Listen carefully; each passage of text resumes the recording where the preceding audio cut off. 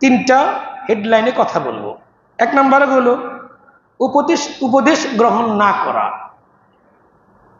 আমাদের সমাজের মধ্যে যেদিন থেকেই ছেলে মেয়েদেরকে উপদেশ দেওয়া হয়, আর যখন নাকি মানে না, তো আমার ছেলে মানে না, আপনি বলার কে?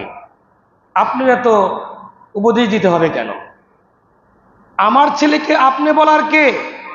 এই কথাটা যেদিন থেকেই এর প্রকাশ হয়েছে, ব্যক্ত করেছে গার্জিয়ানগণ, সেদিন থেকেই বেয়াদবের জন্মগ্রহণ হয়েছে।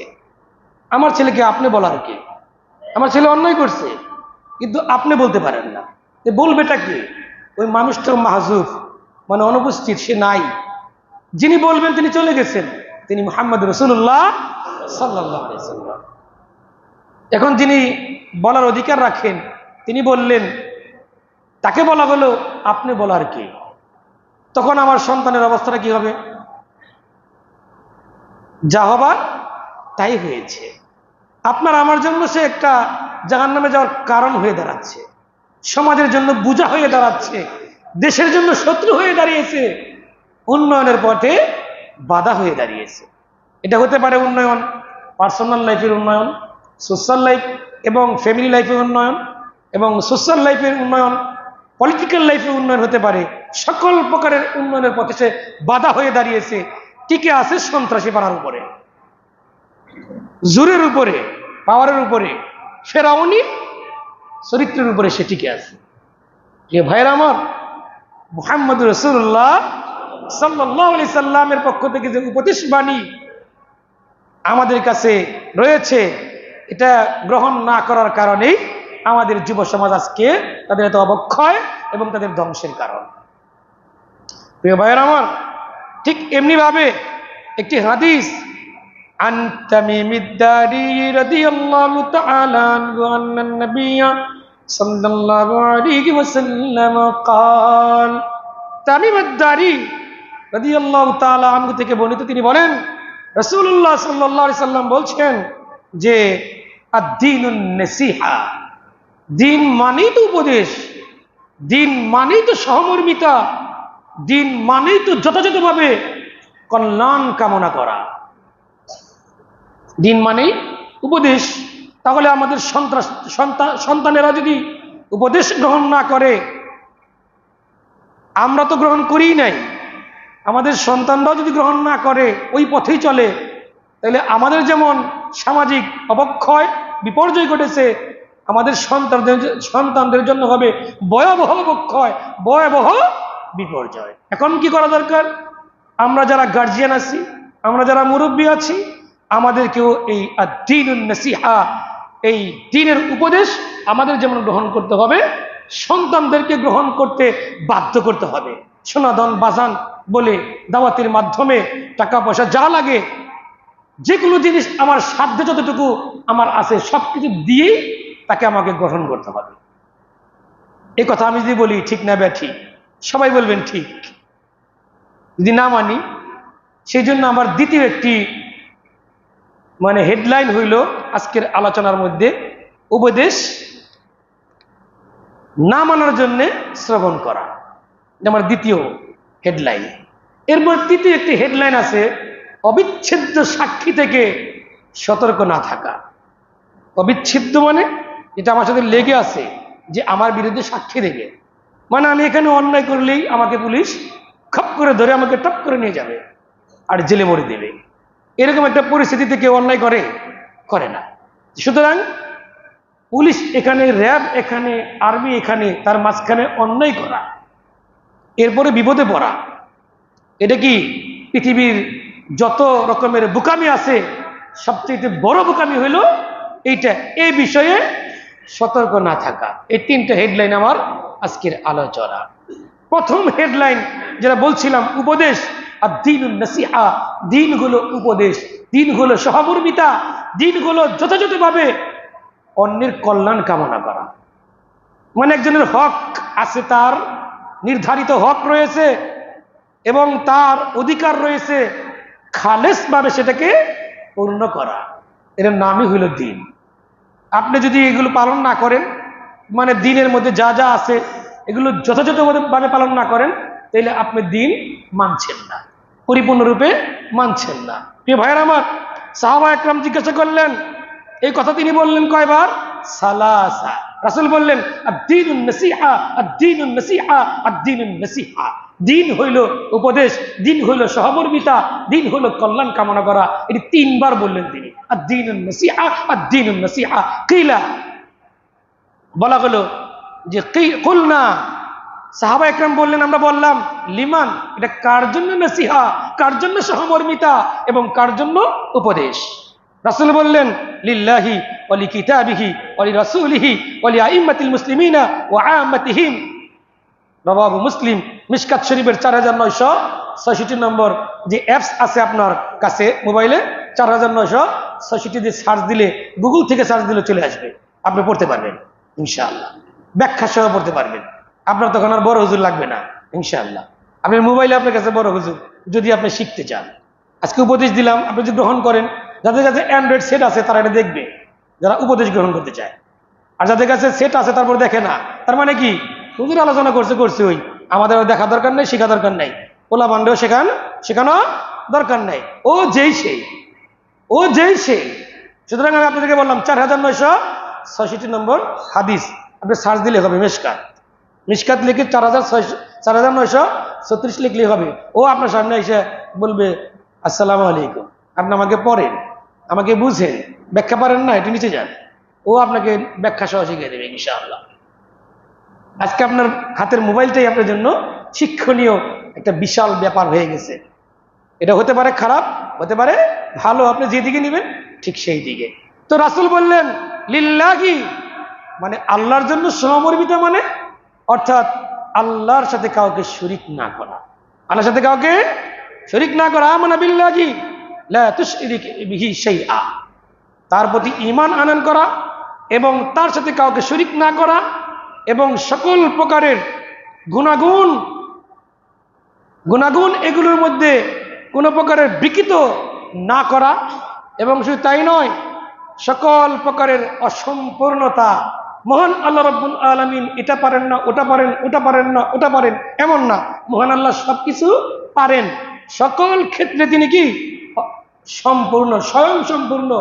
এরকম অসম্পূর্ণ এটা মনে না করা, মানে সম্পূর্ণ এটাই কি করা, মনে প্রাণে মেনে নেওয়া। সকল প্রকারের বিকৃতি গুণাবলী থেকে মহান আল্লাহ রাব্বুল আলামিন মুক্ত, এটাই হলো তার প্রতি সহমর্মিতা এবং কল্যাণ।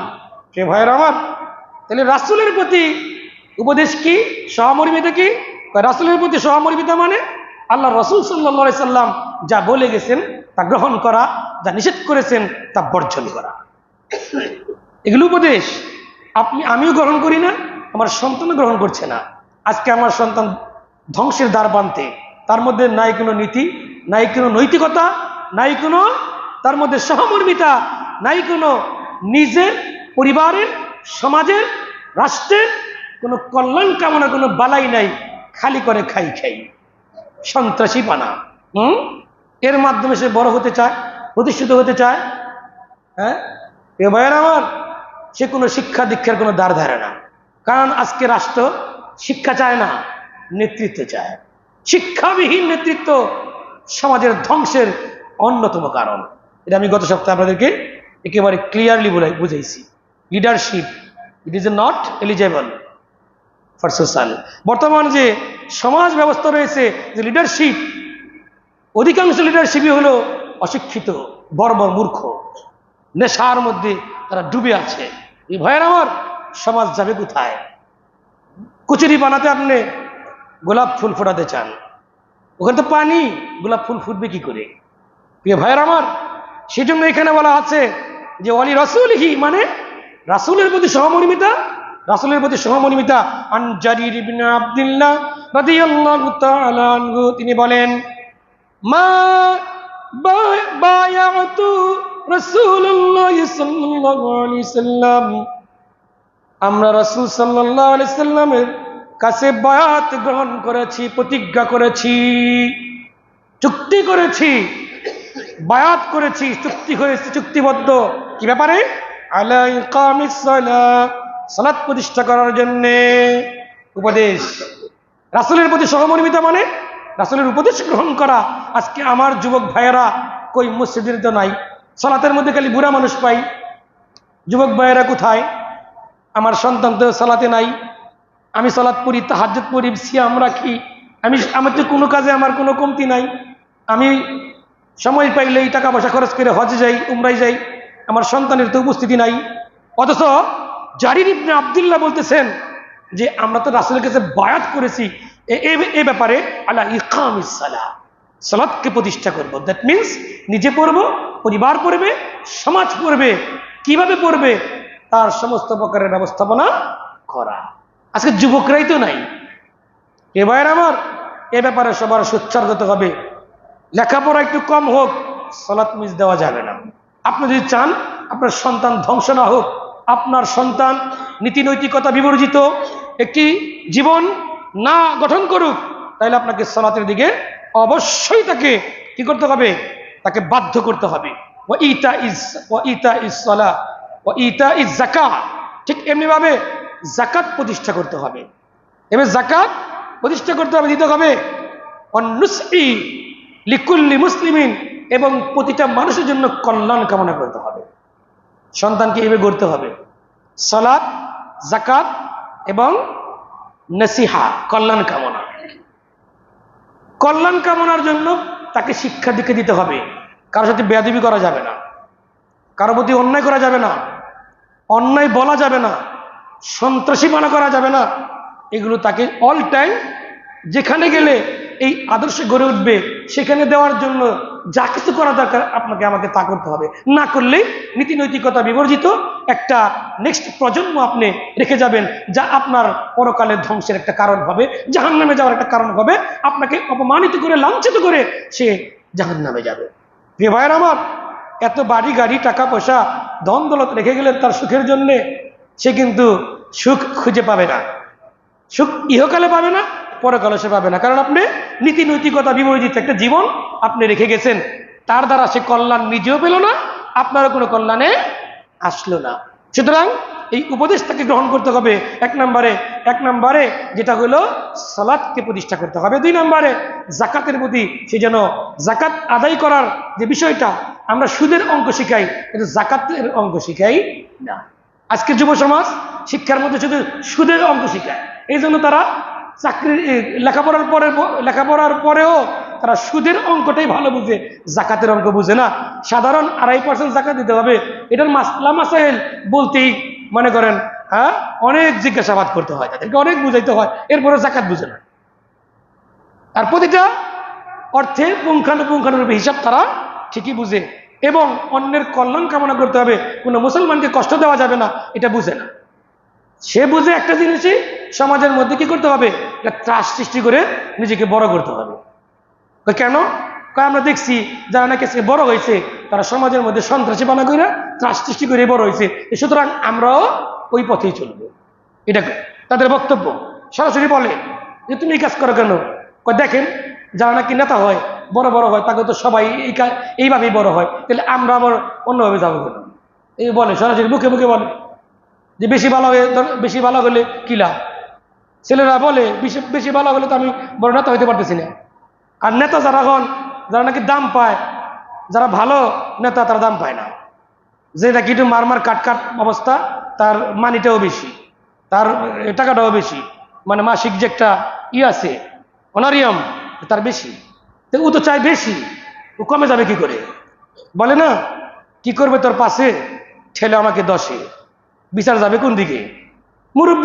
মুরব্বীদের ডায়লগ হন, তারা নেতৃত্বের মধ্যে লেগে গেছে। এটা মুরব্বীকে ডায়লগ, কি করবো তোর পাশে ঠেলে আমাকে 10-এ। ভাইয়ের আমার, উনি জানে আপনি কোন প্রকারের মাল। এই জন্য রাসূলের যে নসিহা, উপদেশ গ্রহণ করতে হবে, তাহলেই নিজেও ভালো থাকতে পারবেন, যুব সমাজও ভালো হতে পারবে।